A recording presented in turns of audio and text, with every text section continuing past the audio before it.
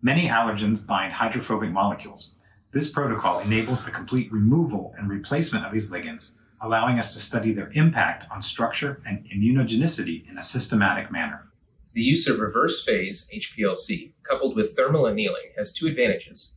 It removes endogenous ligands, and it helps to solubilize ligands to open up otherwise inaccessible binding sites. If we can determine the factors that contribute to allergenicity, we may be able to design therapies that avoid these factors. Many proteins bind lipid ligands, which are strongly retained and may influence both structure and function.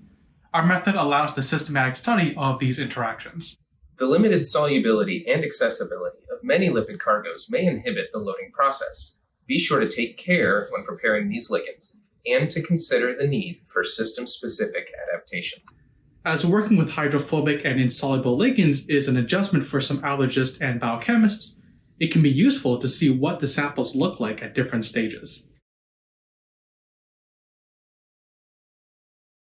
After cloning expression and purification, apply 12 milliliters of the cleaved BLA-G1 to a centrifugal filter unit with a less than 10 kilodalton molecular weight cutoff for multiple centrifugations in a swing bucket rotor until the total volume has been reduced to less than 2 milliliters.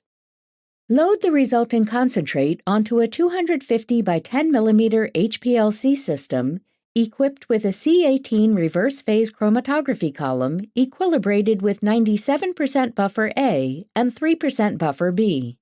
Elute BLA-G1 at a 1.5 to 4 milliliter per minute flow rate as indicated in the table, using the fluorescence